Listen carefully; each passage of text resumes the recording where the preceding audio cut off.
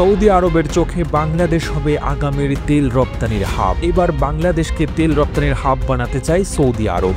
অবশেষে বাংলাদেশের প্রতি সুনজর দিল সৌদি সরকার। বানাতে চায় তেল উৎপাদন আর তা পরিশোধন আর বিক্রির জন্য বাংলাদেশে গড়ে তুলতে চায় ওয়েল হাব। দক্ষিণ এশিয়ায় তেল রপ্তানি পুরোটাই করতে চায় বাংলাদেশ থেকে।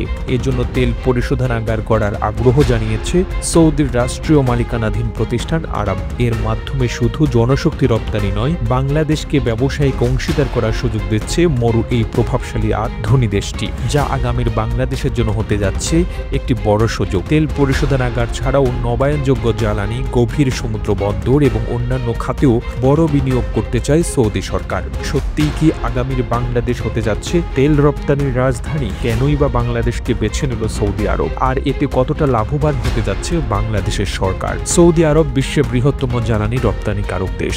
বিশ্বের জ্বালানি মার্কেটে যাদের একক আধিপত্য, কেননা তেল রপ্তানিকারক দেশগুলোর সংগঠন ওপেকের সদস্যদের মধ্যে প্রধান দেশ এই সৌদি আরব। সৌদির তেল উৎপাদন কমানো বাড়ানোর উপর নির্ভর করে বিশ্ববাজারে তেলের দাম।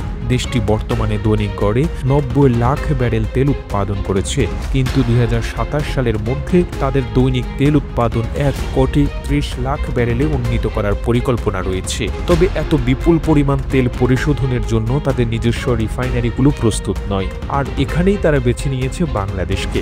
সম্প্রতি সৌদি রাষ্ট্রদূত জানিয়েছে সৌদি আরবের রাষ্ট্রীয় মালিকানাধীন তেল কোম্পানি আরামকো বাংলাদেশে একটি অত্যাধুনিক তেল শোধনাগার স্থাপন করতে চায়। এটা শুধু বাংলাদেশে ক্রমবর্ধমান পেট্রোলিয়াম চাহিদা মেটাবে না, বরং চীন, ভারত সহ প্রতিবেশী দেশগুলোতে তেল রপ্তানির পথ সুগম করবে, যাতে লাভবান হবে বাংলাদেশ আর সৌদি আরব উভয় দেশেই। শুধু তাই নয়, সম্প্রতি ঢাকায় এক অনুষ্ঠানে সৌদি রাষ্ট্রদূত ঈসা ইউসুফ ঈসা আল দুহাইলান জানিয়েছেন চট্টগ্রাম ও জেদ্দা বা দাম্মামের মধ্যে একটি সামুদ্রিক রুট স্থাপন করলে এটি বাংলাদেশ ও আঞ্চলিক বাজারে দৃষ্টান্তমূলক পরিবর্তন আনতে পারে।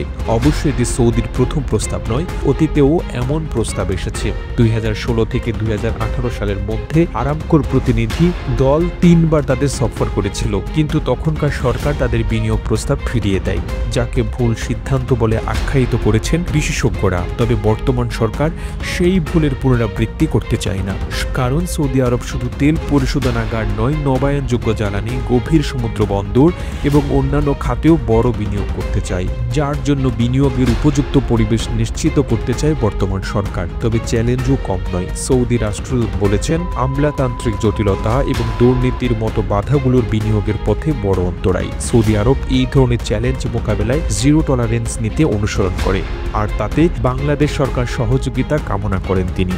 বাংলাদেশের জন্য বর্তমান সময়টি একটি পরিবর্তনের সময়। সৌদি আরবের মতো একটি বিশ্ব শক্তির সাথে অংশীদারিত্ব গড়ে তোলা মানে দেশের অর্থনৈতিক অগ্রগতিতে নতুন অধ্যায়ের সূচনা। এই শোধনাগার কেবল বাংলাদেশের জ্বালানি খাত নয়, বরং সামগ্রিক অর্থনীতিতে বড় অবদান রাখতে পারে। বিশ্লেষকদের মতে সৌদির সাথে বাণিজ্যিক সম্পর্কে গেলে তা শুধু আর্থিক দিক দিয়ে বাংলাদেশকে লাভবান করবে তা নয়, এর সাথে বিশ্ব রাজনীতি, বিশেষ করে দক্ষিণ এশিয়ায় বাংলাদেশের একটা বড় প্রভাব তৈরি হবে, যা বাংলাদেশের পক্ষে ভবিষ্যতে আরো বড় ধরনের সুযোগ সৃষ্টির পথ তৈরি করবে।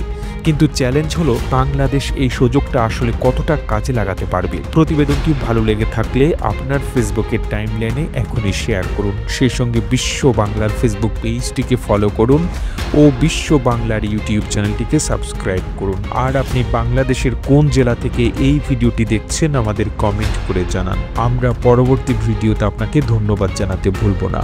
এতক্ষণ বিশ্ব বাংলার সাথে থাকার জন্য অসংখ্য ধন্যবাদ।